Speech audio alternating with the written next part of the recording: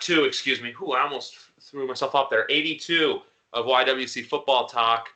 Today I have Joe Provost the third. I was going to say third for some reason. Joe Provost, Motor City, Michigan Wolverine fan, just a little bit. He may have a little bit of Spartan green in him. I don't know, but how would you say? Yeah, there's zero Spartan green going on, but yeah, I'm doing well. And yourself, Griff? I'm doing good. I have no Spartan green. I have a maroon Gopher jersey, but I also am the proud owner of a Tom Brady Michigan jersey. So a There little you bit go. into the school. I had to. Yeah, You got to support your guy from where he came from. yeah. And I mean, you're not too far from Ann Arbor, so Yeah, about 4.5 hours, 5 hours. yeah, yeah. Just like I bandwagon the Patriots while Tom was there. I mean, you can feel free to hop on the Michigan bandwagon. There's a lot of seats. There's a lot of seats available right now. Now I understand. What I was gonna say was it's just with Michigan, such a weird school. Like they're always like the relevant program, but they're kind of at a crossroads right now. I feel. Yeah, definitely. So I mean, Michigan, they've got their brand. That's big for them.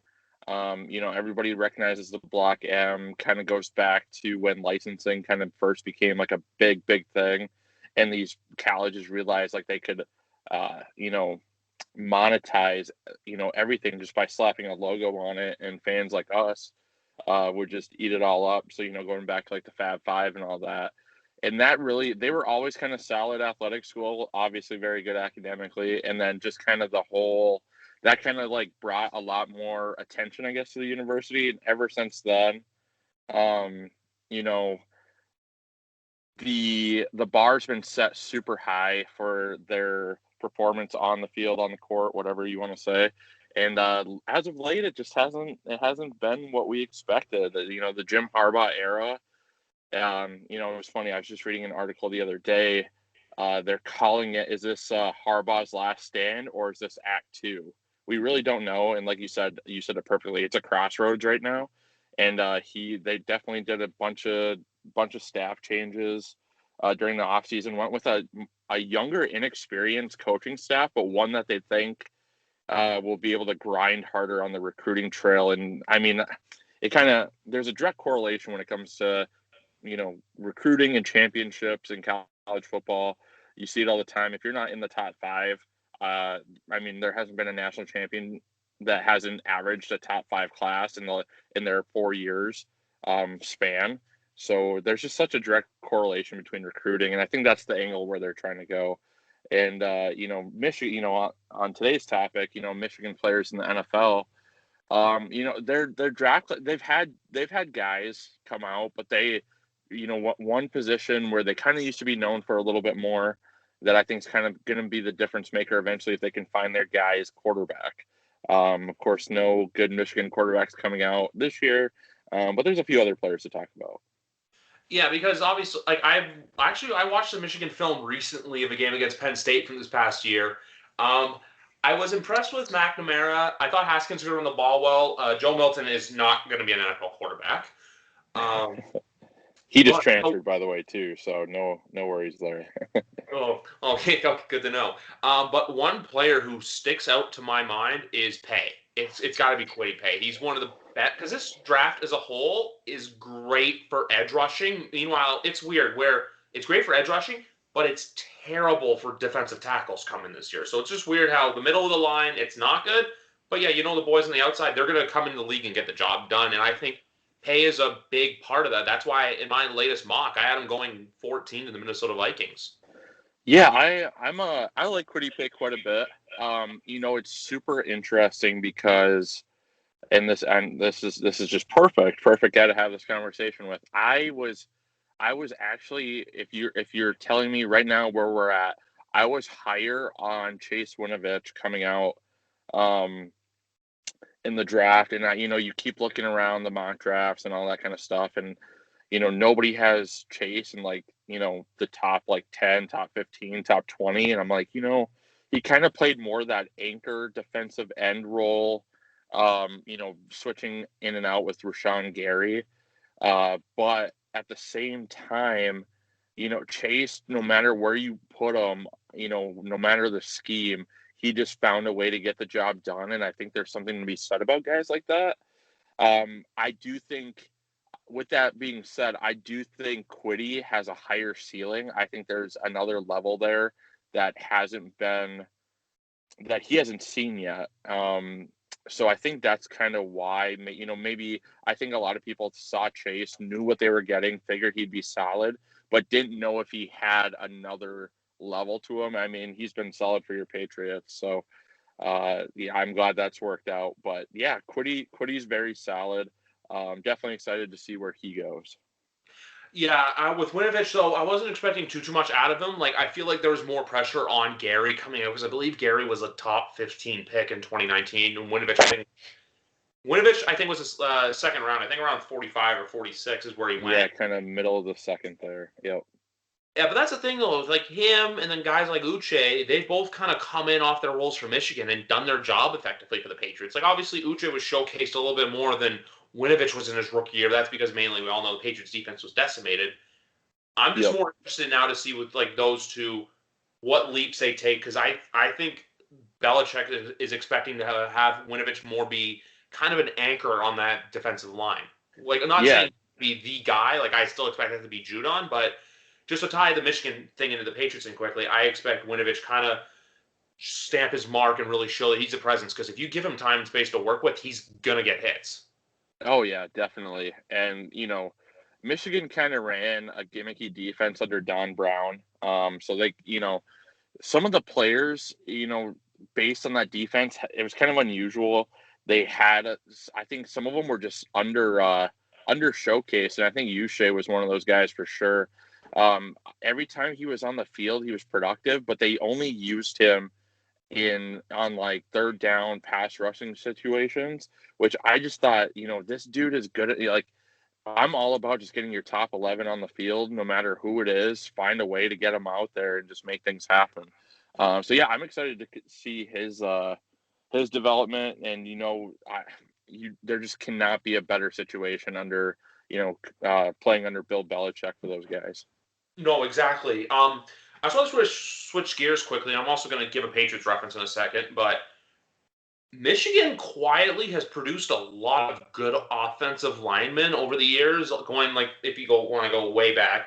But even like look, if I saw when I was watching that game, Michigan Penn State from this year, it said Jalen Mayfield was the only returning from that starting offensive line.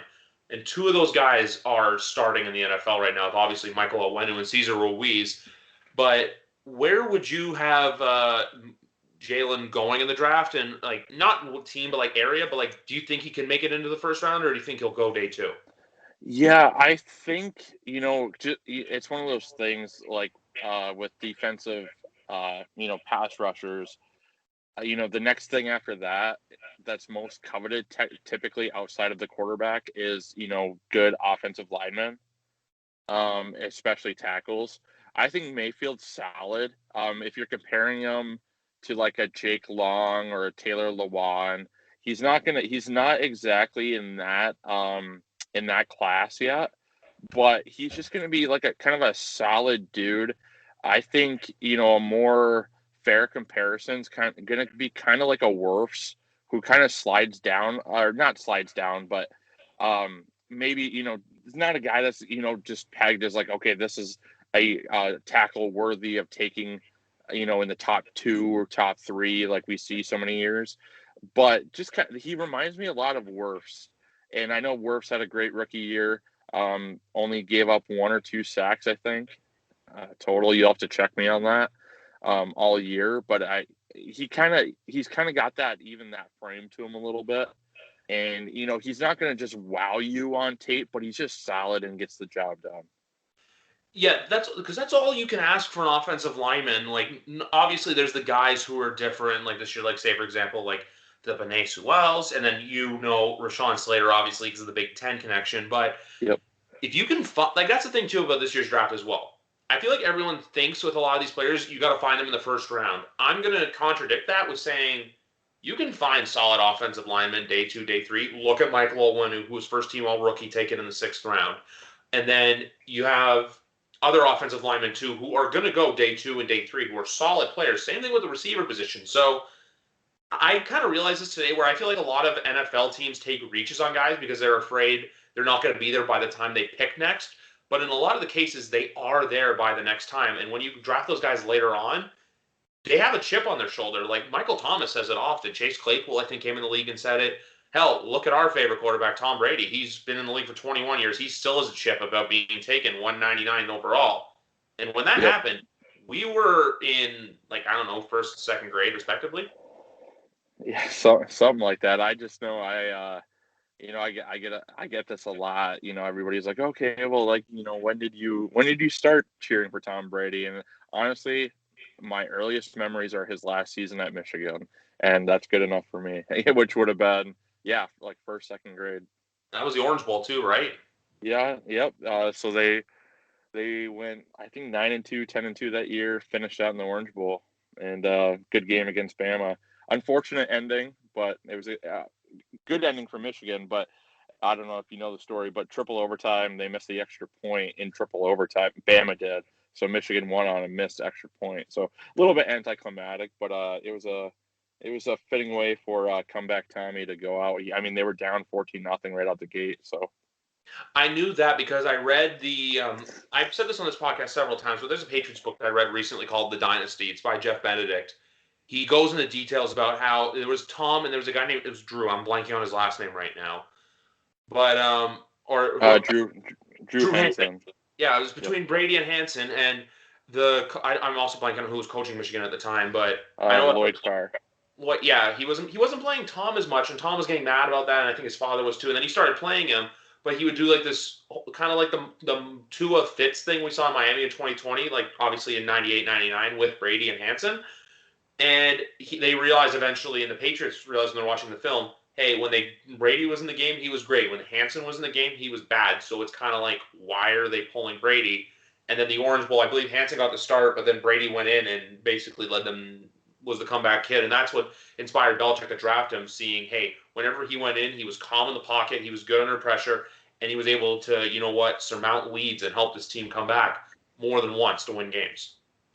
Yeah, definitely. And, that was, he says it to this day when he comes back and visits Michigan. There's a saying at Michigan, those who stay will be champions. Well, he kind of like really took that to heart, and he wanted to all the rumors were he went to Coach Carr, wanted to transfer back home to Cal, decided to stick around, tough it out.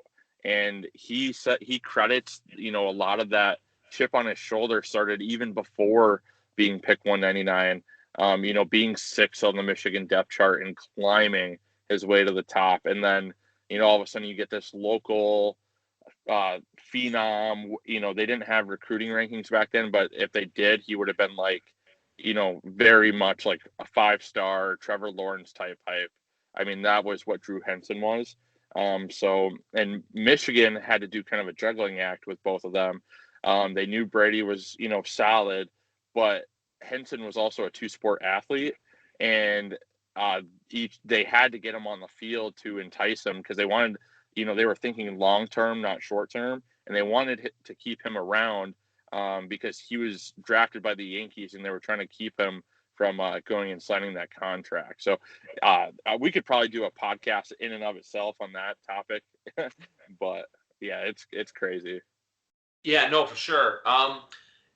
Just because it just shows that like how much Brady's like just catered to win, his drive to win. Like everyone thinks, oh, it's this, but then you have to go really peel back the curtain for that one.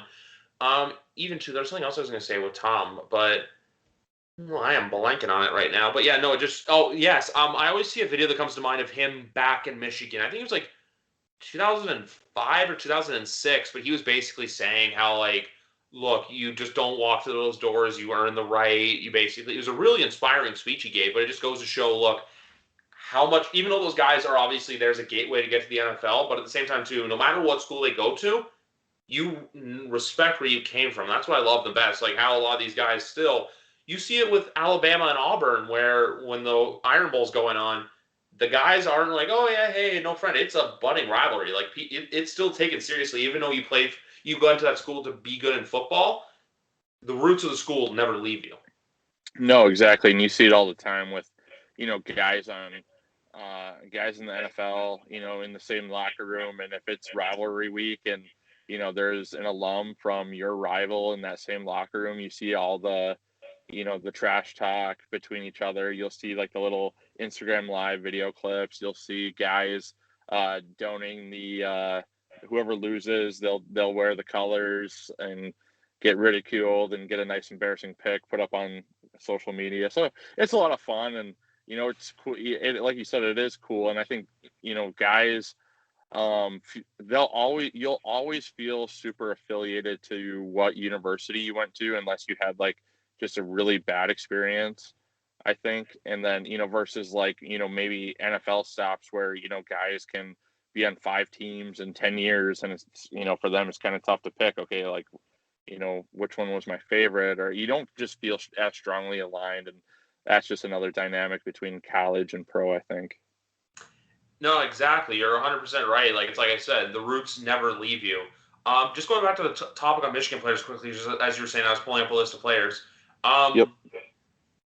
What do you want to say about, or how do you view Nico Collins' game, like as a receiver? Do you feel like he can come in and be like a good deep threat, or do you think he'll be more of like a wide receiver 2 or a slot? He's definitely a deep threat, a guy that you're going to go play action with. Be looking for him down the field, big red zone target. He's got like another easy reference for you. He's kind of got that N'Keal Harry frame to him a little bit. And I kid you not, in all of the years in Michigan's offense has been like spotty at best. I mean, that's honestly probably sugarcoating it. And he was definitely underutilized, but I have never seen a receiver ever in all of college football draw so many defensive pass interferences. And I mean, he is just a freak when he gets downfield. He can jump. He runs well, good footwork for his size. He's not a twitchy guy that's going to get loose on like a 5-yard slant, but he's definitely your downfield, sideline type of target. I think, him sitting out last year, I'll always respect a guy's decision.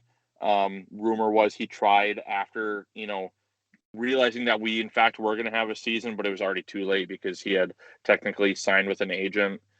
So he was ineligible, but I'm definitely interested to see where he goes. And rookie wide receivers, those are ones that they either kind of seem to catch on right away, or it takes them a couple of years. So it'll be interesting to see where he goes. I'm thinking he's probably going to end up in the 3rd round. This wide receiver class is just so loaded. That's why I think a lot of, and I'm going to get to your NFL team in a bit, but I think that's why like you only saw Kenny Golladay really sign a big money wide receiver contract, is because all these GMs are starting to hone in on, hey, we can go get a guy who does your job at half the money, who's younger than you. So why are we going to give you all this money? Yeah, that's the name of the game with the draft. And there's even some like theories out there that with regards to like the quarterback position, even if your window starts when you draft a quarterback, you've got to build around them quick before they reach that like record breaking deal. Because once you do that, and this is another, not to keep coming back to Tom Brady, but his willingness to take a lot less and help around him, and people knock him for that because for whatever, they just say, well, anybody could do that, but nobody really has. Nobody's willing to take such a steep discount in order to put it's not even elite guys like Mike Evans. I'd consider an elite wide receiver, but just enough pieces around where they're just solid all the way around. Like a Chris Godwin, who I saw while you were talking.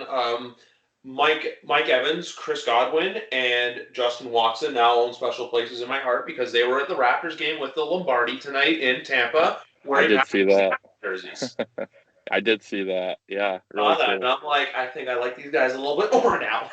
But also, when I saw Justin Watson, I'm like, he just sounds like a Brady receiver. Him and Scotty Miller. I'm like, they're on the team. That's who Tom likes to throw to.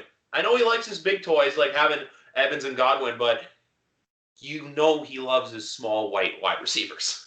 Oh, 100%. And yeah, you said Scotty Miller just there, and I just instantly think of that buzzer beater touchdown in Lambeau to end the first half. And I mean, that looking back, and how that game played out, that was a huge score. That was a huge score in that game.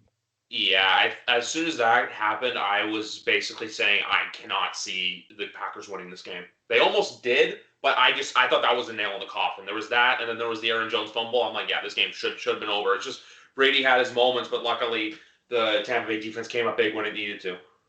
100%. Yeah. But even with Green Bay, I'm going to say in that division, your division this year is quite interesting. I think would be to say the least. Yeah, I think, the Bears are the Bears. They play a lot of like low scoring games, credit to their defense. But their offense, the Bears are the Bears, and until they kind of click offensively, I just have a hard time taking them seriously. It's still the Packers division absolutely to lose. I'm not a Kirk Cousins believer, don't believe in the Vikings. Although I do think they're getting better and they have some really nice young pieces. If Dalvin Cook can stay healthy, if Justin Jefferson, we saw him have an incredible rookie year. And then, then there's the Lions. And, but Lions, I feel like this. Sorry to cut you off, but I feel like this time with the Lions, though, your fan base at least knows, hey, we're putting all the right pieces in place, except for Chris Spielman. Part of me still doesn't know what exactly his role is with the team. I feel like, is it like special advisor to the owner? Is it like a weird executive role, but he still has a lot of say? It's like, part of me is still trying to figure out what's he exactly doing. Yeah, he's just a special advisor, but I think he's probably at this point a little bit more hands-on than your typical special advisor. So I think, they're just looking for people people that care about the organization to get their fingerprints on it. And, all these people that, and I'm not talking about him in particular, but it's almost kind of like, okay, hey, well, nothing's worked yet. We respect your opinion. We know you care about this franchise. What can you do to help us? Yeah, you're right. Because for as much as it is, look, we understand. Because I believe Dan Campbell, I think, played for the Lions. I'm pretty sure Chris Spielman did. Rod Wood's the one I'm trying to blank on, and I don't think Brad Holmes played football. But I feel like I don't really know what the whole thing is with ownership, too, because I say that as well for a lot of teams. When an owner passes away, it kind of puts this team in a weird crossroads where you're trying to figure out who's in power, or if like the widow takes it over, or if there's like a like you know what I mean? Like I feel like ever since Mr. Ford passed, I believe in 2013 or 2014, that's when really the Lions like kind of the brakes came off a bit. Yeah, and I mean, if you talk to anybody around here, they're just ready for the Ford family to move on from the Lions. And, it's one of those things where, Martha, she's just kind of like a figure there now. Martha Ford, I'm talking about. And with her, nobody's really a believer because, I mean, she's not hanging around for another 10 years. So it's like, who takes the reins after that? And then, is that person invested, or are they okay just, collecting their NFL check and saying, hey, we have a team here in Detroit. They go anywhere from 5-11 to 9-7, and we're just cool with that.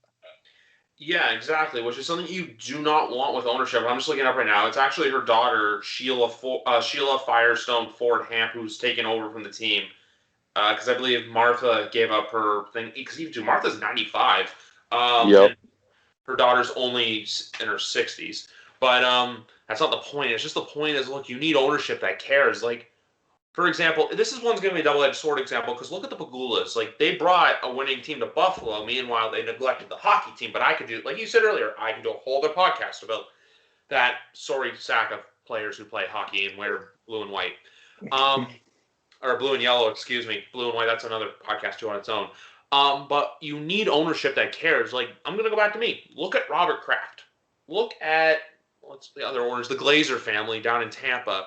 Look at even to another perfect example is the Saints with Tom Benson. Obviously, Tom Benson passed, I believe, right before we were in New Orleans. But then his wife took over, and she still has that same infectious energy for the city and the franchise.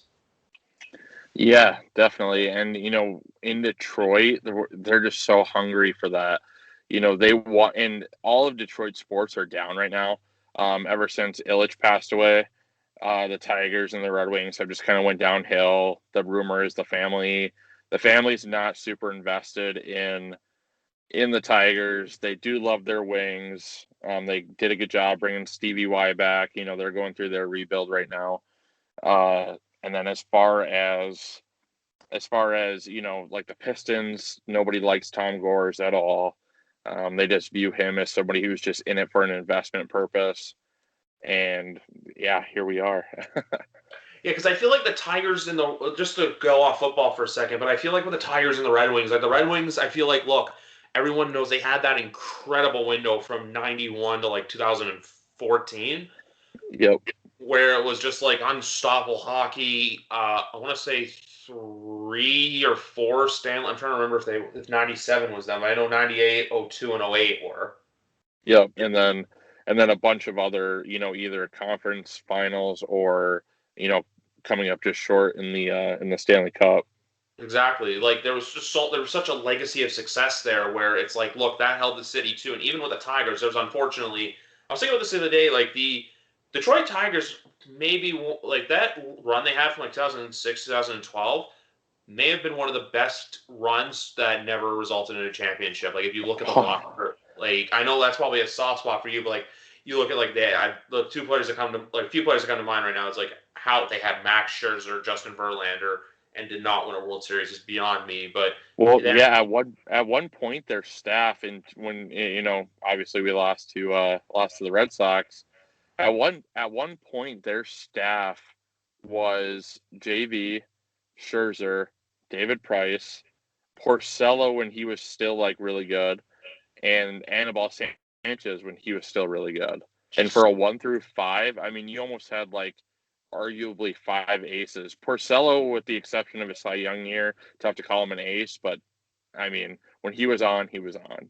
exactly, like Porcello's a good depth guy to have on a team. Like that's what he did with the Red Sox, and he had his 1 year. But like, yeah, because I remember too. Because I know '06, you guys went to the World Series. I believe it was the Cardinals. Yep.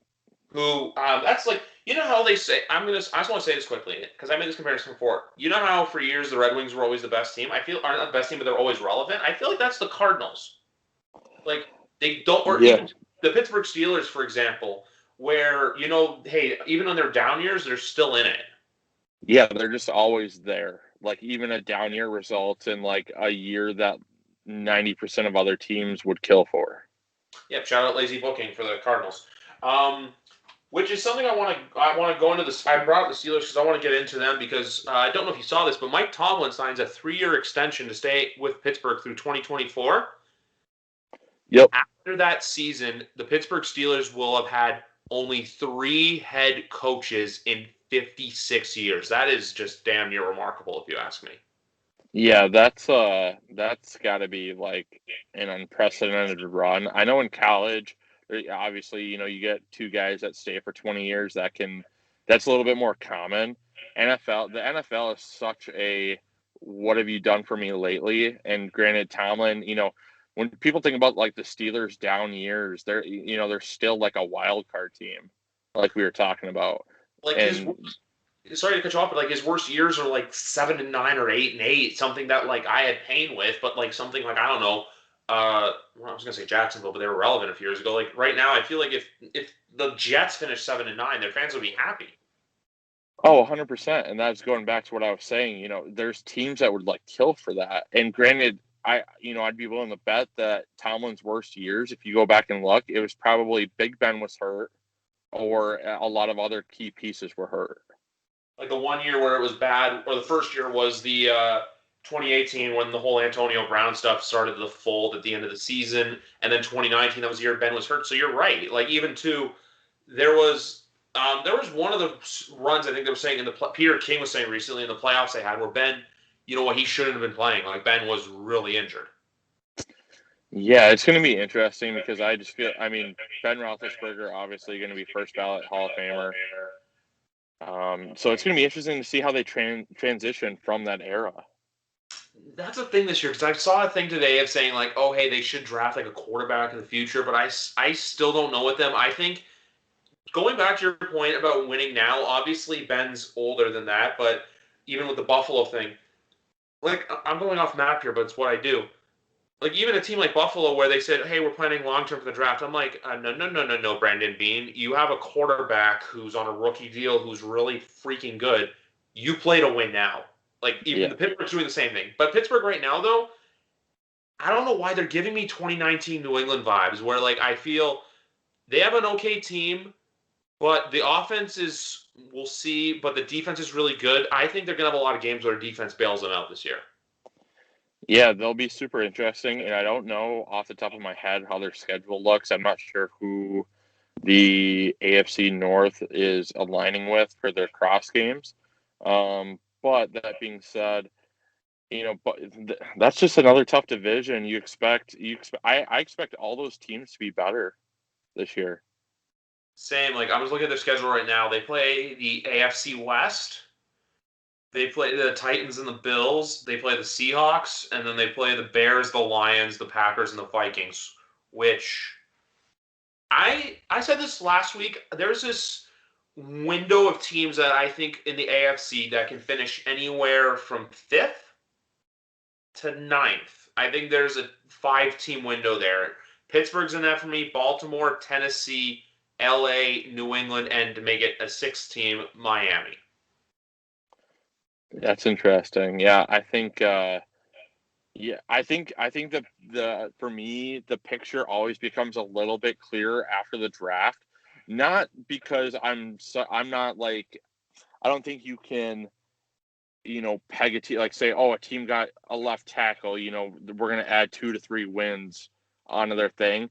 I think you can kind of sense a theme in a draft. You can sense a trajectory. Are they building for this year? Are they going for it this year? Are they more in a win now, or are they making moves that are setting themselves up a little bit better for 2, 3, 4 years? That kind of thing. So I love the prediction game, the way too early predictions as you call them. Yeah. But at post draft, I think the picture gets a little bit more clear. Yeah, but like when I say that, like those are just based off last year and based off free agency, but you're right. The draft's gonna add to that because there's a few teams out there that I think are gonna be drafting a little bit for now, but a little bit for the future. I think Pittsburgh and New England fit that mold the best, where it's like they're going to try to improve their team now, but they're also going to look at, hey, what's our 5-year window realistically? I only say that too because obviously both teams are potentially in that quarterback market where I feel New England, I don't think Pittsburgh is going to want, I don't think Kevin Colbert's going to want to push all his chips to the table and move up and go get someone because obviously this year's a crazy year for quarterbacks. But I could see them getting like maybe I don't know Davis Mills or like Felipe Franks in day 3. Yeah, I could definitely see that. There's definitely some sleepers out there as far as quarterbacks. Everybody's talking about, you know, the usual suspects at the top. Of course, Trevor Lawrence, Justin Fields, Wilson, and then Trey Lance. Trey Lance, though, I'm starting to. There was rumors maybe he'd be the third quarterback, even at one time, maybe the second quarterback taken, and now I'm seeing him kind of back into the first round. Yeah, like I don't know. I think it's Mac Jones going to San Francisco personally. I just think, you know what, that's Kyle's quarterback. Like you know how certain players, like certain coaches have their style of player they work with best? Yep. I think that's Mac Jones for Kyle Shanahan because if you look at him, he looks very similar to me like what a Matt Ryan or a Kirk Cousins is. Yeah, I definitely did. I read a little bit up on that. I saw an article on the same topic about how Shanahan would probably rather work with a Mac Jones versus a Justin Fields for whatever that's worth. Exactly. Zach Wilson and his crappy Chipotle order, by the way. Um, I don't know if you saw that, but I his. did. I did. By the way, I tweeted this out yesterday. If I had to go to, I've only had Chipotle once in my life, believe it or not. But the one time I went to it, I liked it. But I will have to say this: I fell for the Trey Lance order almost immediately. Yeah, so I we'll get into it real quick. When I go to Chipotle, I go with the double chicken or the double steak, depending on how I'm feeling. You got double up on my protein. I like the white rice.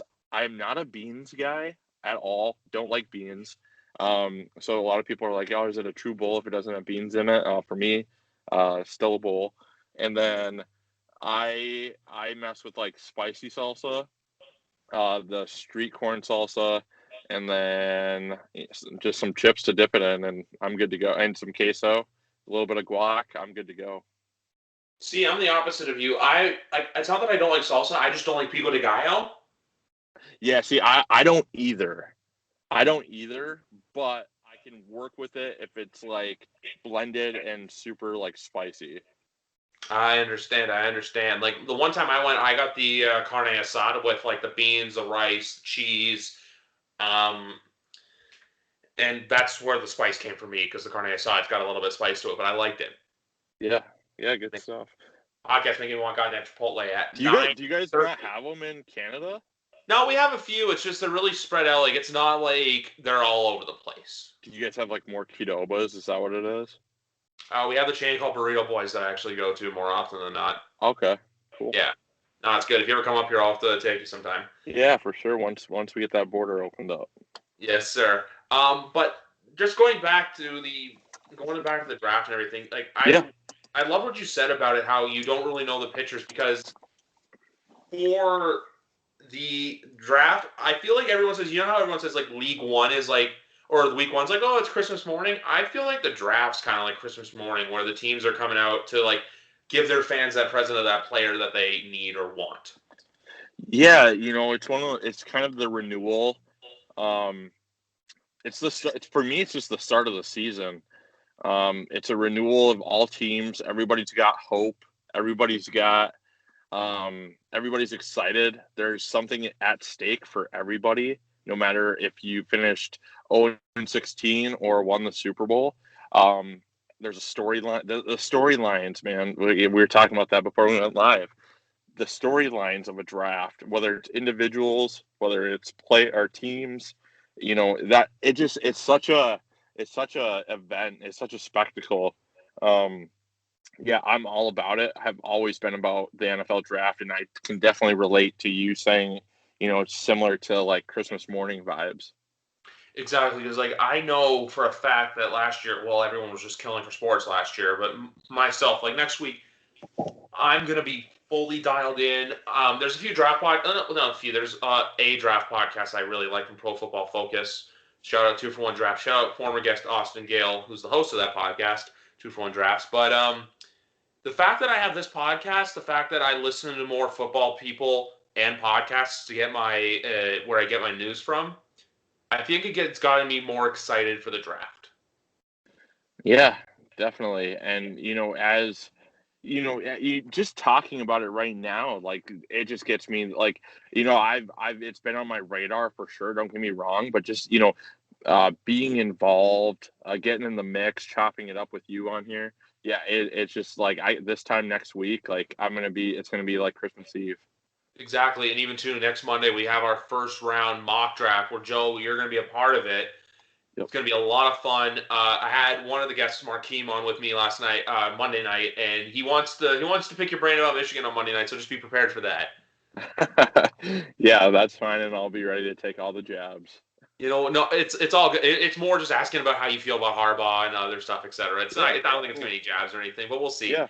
But the one thing I'll say too about the draft quickly is, and I said this Monday, if I had to pick which is a better draft analyst, Daniel Jeremiah or Mel Kiper, I'm sorry, I'm going to DJ. I feel like Mel's good, but I feel like everybody at ESPN takes what he has to say, and it's like the Holy Bible, Meanwhile, with Daniel Jeremiah, I didn't realize how much scouting information he has with NFL teams, and I listened to him on Part of My Take Monday. He's just a wealth of knowledge, but he doesn't also come in as like this brash, arrogant person. He's just himself.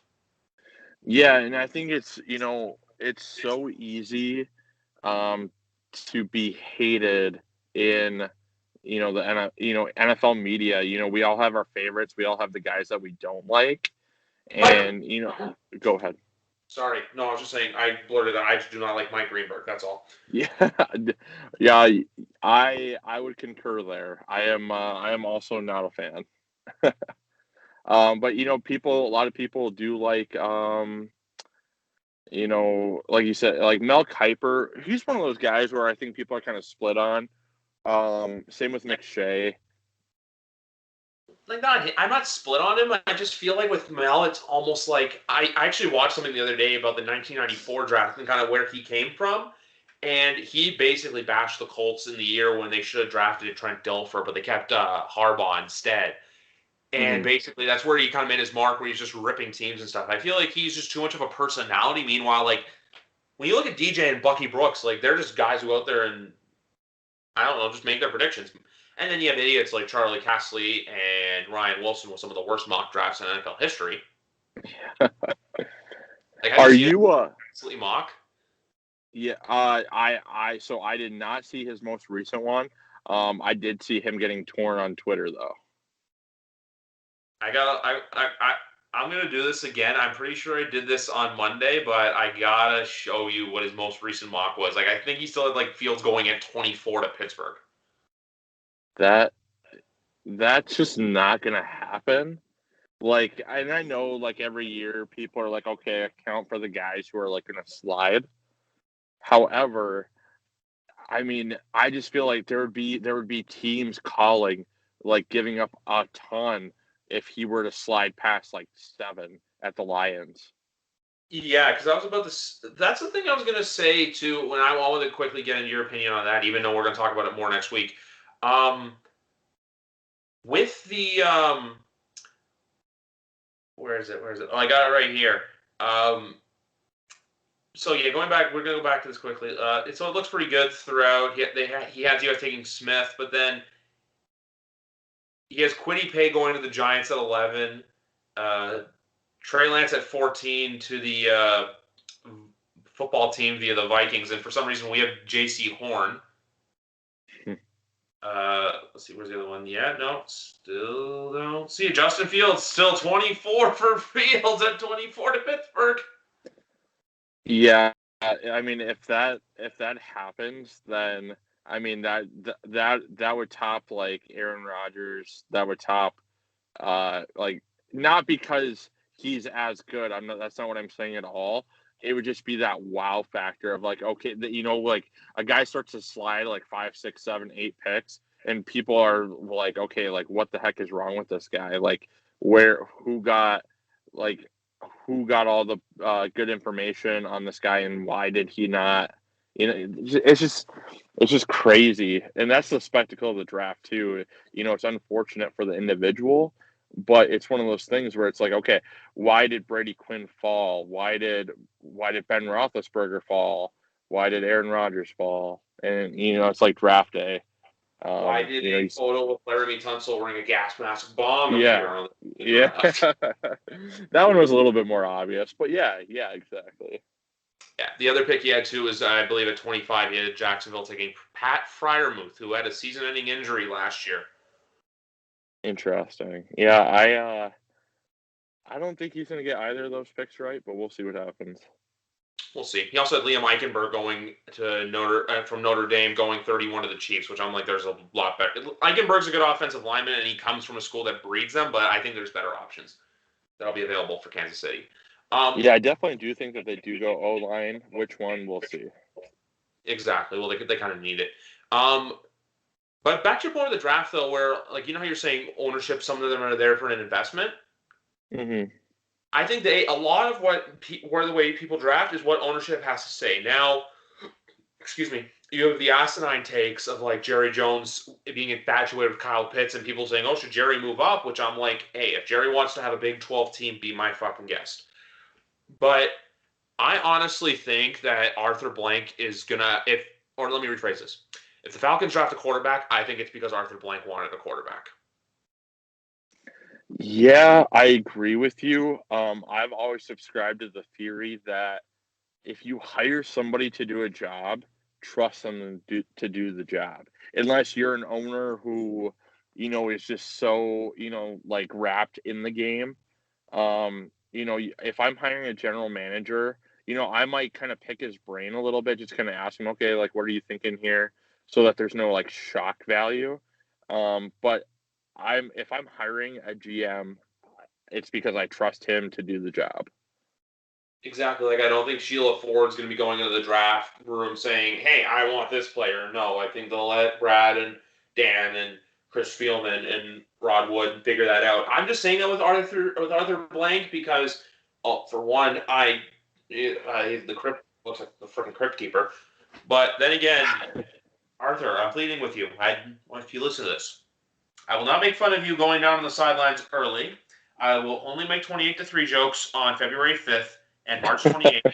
If you trade us 4 for 15 and we do not have to give up our 2020, because I still think it's possible that teams can move up in the draft without giving up 2 firsts. I definitely do too, and it depends how far. I think that's the key.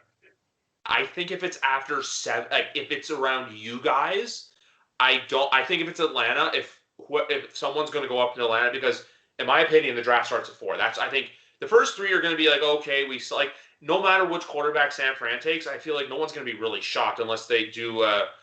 I think Trey Lance is the only answer to being shocked, but I think at 4 is really where the floodgates open and where chaos starts. Yeah, I 100% agree, and that's something I haven't really I've obviously thought about it, but yeah, you're right. That's where things will get interesting. I think that's where, as they say, business is going to pick up.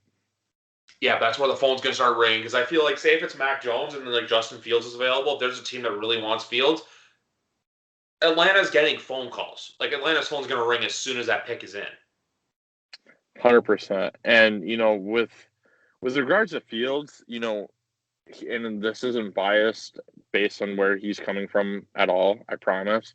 I'm at the point, it's kind of like with Ohio State quarterbacks, I do think he's the best prospect quarterback wise that they've had. But I'm still at a point where it's kind of like I'll believe it when I see it. I'll believe the success will translate when I see it. That's why I feel like him going to a team like, I don't know, Atlanta, Washington, Detroit, Denver, New England. Actually, let's scrap Denver. Or because I feel like if he goes to a team like that, it's only good for him to sit for a year and learn. I think if you put him into a pressure situation where he may start week 1, you're going to reap what you sow. Like, I feel like you're going to get that with Zach Wilson. I feel like everyone's expecting Zach Wilson to come out and be this like wonder kid where he's like playing amazing when no one really knew who he was before 2020. And also to BYU played an incredibly easy schedule. So I'm not saying, hey, he's going to be bad. I'm just saying, look, if I'm a Jets fan, like proceed with caution. Don't think you're going to make. Like I think the Jets fans do realize this though, and I think Lions fans have the same realization where it's like, hey, we know this year may be tough, but we're building for tomorrow. Yeah, and that's the thing, right? Like with the Jets, I mean, I'm not going to go out and say like Sam Darnold is a top 5 or even top 10 quarterback, but I think it's just naive to say that he was the problem in New York. And that's why I just like instead of kind of ditching him, I wish they would have built around him. But then also now, if you're going to come at me with your counterpoint being, okay, we shed him, we gained some draft capital, and we go get our new guy, and our clock, like we talked about a little bit earlier, our clock resets, our window opens back up. I can fully subscribe to that theory. However, if you think, or Jets fans think that Zach Wilson's going to come in and you guys are going to go 8-8 and then 10-6 the next year, like, I mean, you're just naive. 8-9 and 6-11, Joe. Remember, 17. Yeah, sorry, exactly. It's going to get a little while to get used to, but I say this every time. How can you be mad at it? Yeah, it's one of those things where I feel like people are definitely split. Like more football is more football. But at the same time, are you what the old saying I guess goes, don't kill the golden goose. Like, it's okay to leave people wanting a little bit more, but one game, I don't think it's that big of a deal. I think it's kind of unique that they're keeping it an odd number because you don't see that like in any other sport. So yeah, it's interesting. I do feel like though this is eventually a road to 18. I think somewhere maybe in like it may be a while, maybe like 10, 15 years, but I still think that eventually they're going to be at 18 games and potentially 34 teams. I 100% do agree, and I think that they'll just go to 2 preseason games. Yeah, like just do like even to extend the off season because even Joe, I talked about that the other day, the whole off season stuff with the PA apparently saying we don't want it's not safe to do workouts when in all honesty you're safer from COVID at your team's facility than working out in public or going to a high school field because if you go to a working out at a high school field, guy runs, does a weird route, busts his ankle up or does something to his knee, God forbid, you're not covered. If you do it at the team facility, you know what, you're covered. Yeah, and it's just a control. It's a much more controlled environment wherever your facility is. Um, there's not random people that can be walking by. There's not anybody that can just run onto the field. Just little things like that. But at the same time, guys are going to do what guys want to do, whether that's partake on their own or whatever. Exactly. I feel like a lot of guys are just like, oh, we don't want to go work out, but then there's actually workout bonuses and contracts, so we'll see what happens there. But I wanted to switch gears because obviously there's some new rules put in place. There's some I think one that's like it's a weird version of Sky Judge that's going to be better for like position of field and like possessions and stuff, which I guess I don't know. I really still think they should do it for penalties. But Yeah. the one I want to mainly talk about is the jersey rule. Yep. Because, like, look, people get to wear their college numbers now. I saw Kyle Van Noy tweet out tonight, though, that he's not changing. He's sticking at 53. We may see your boy Uche go back to 6. We may see Chase Winovich go to 15. Maybe he has to convince N'Keal Harry because I don't think there's many Harry jerseys sold. But I love this for the league. Like, it makes it better. The only thing they need to do now to, I think, get a lot of people's full attention and more vote of confidence to, hey, the league's fun again is, you know what, get rid of the one helmet rule. Yeah, definitely. And it's one of those things where people always thought it was kind of weird or funny how certain positions could only use certain numbers.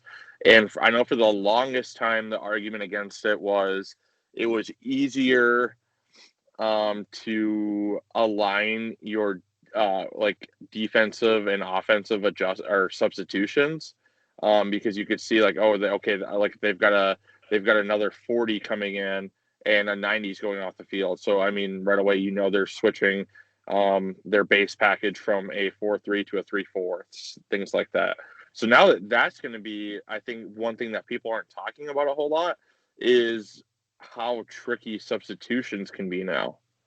Yeah, exactly. Because I just love it. Like when I watch a college game, for example, and you see like number 9, this big guy just coming off the edge, or even I've seen like number 2, for example, coming off the line. Like I just love it, like stuff like that, where it's just like when it's like in the 90s, it's like okay, whatever. It's a number associated with position, but let them be unique. Like this is the league that, and it still baffles me that fined Alvin Kamara for those Christmas cleats when he had 6 touchdowns, but then he sent his fine letter to Canton, so it was all good. But like I said, I think it's just the league getting, hey, look, we want to be not as military or we're not as precise. We want to be fun. But like I said, if you want my full attention, give us more than one helmet, please. Just do it. Let the Patriots wear the damn Patriot on their head again.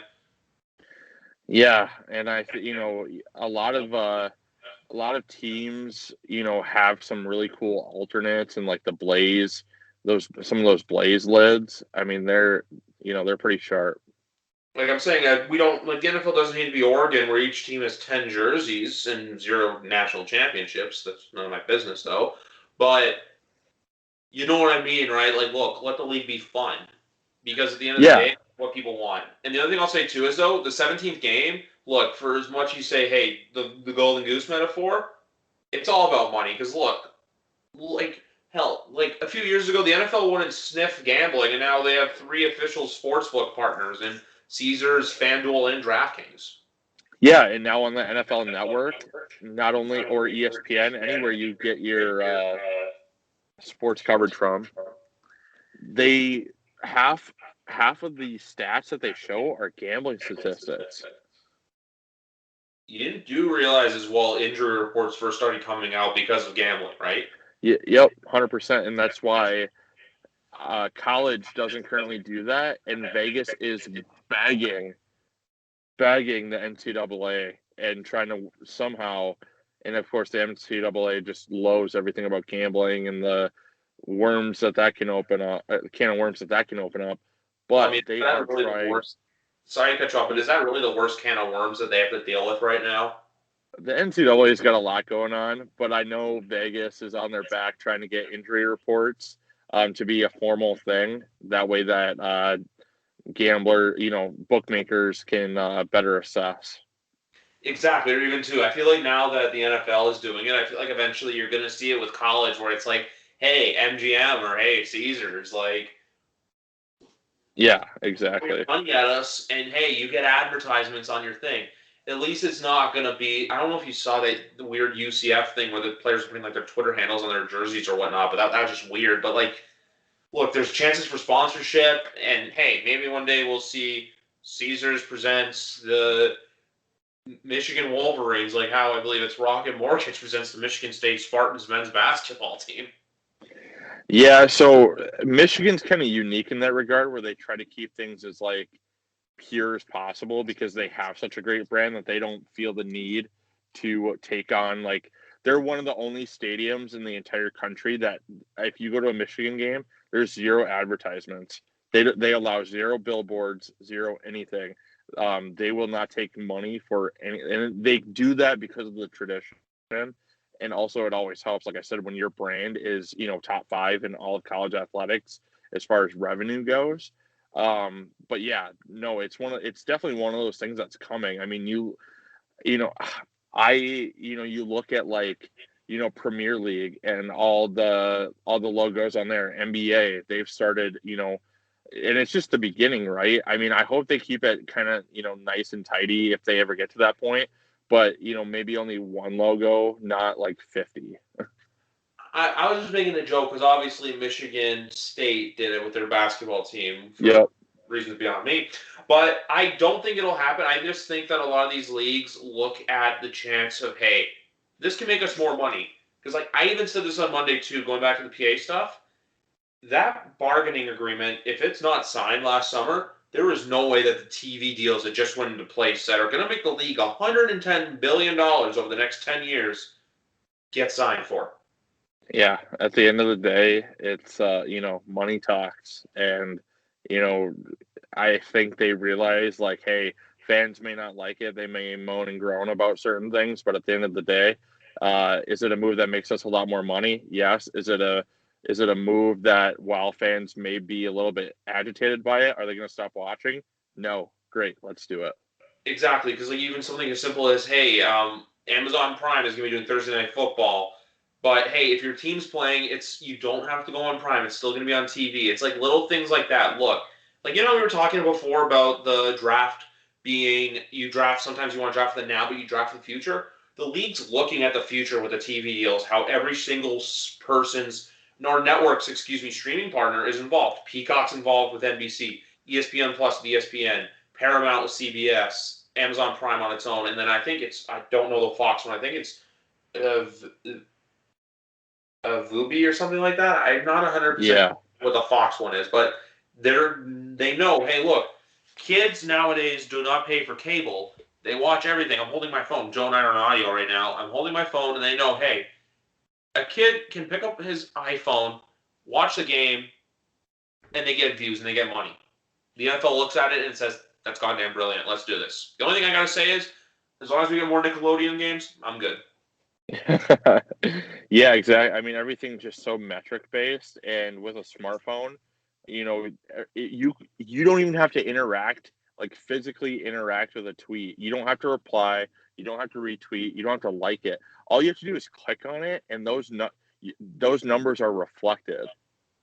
Oh, 100%. That's what I look to a lot of my Twitters. I see like, hey, no one really liked the tweet, but I still see like hundreds of people or even sometimes thousands of people saw the tweet. I'm like, hey, look, thousands of people saw what I had to say. That's cool with me. Yep, that's all it's about.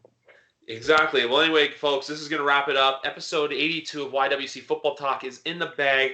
I'll be back on Sunday with Keegan Stifle for a Pats draft preview. But Monday, April 26th, Big Rat 310, Markeem Graham, Joe Provost, and I, plus a fifth potential guest, may be here. Just got to work some stuff out. But anyway, guys, thanks for listening. Joe, thanks for coming on, man. It was a blast getting to talk to you once again. Thanks for having me, as always. And, once we get post-pandemic, maybe we can do one of these bad boys in person. Absolutely. I would love it. I'm looking forward to that, the day we're able to do that. Well, anyway, folks, we'll see you down the road for episode 83 of YWC Football Talk. Good night.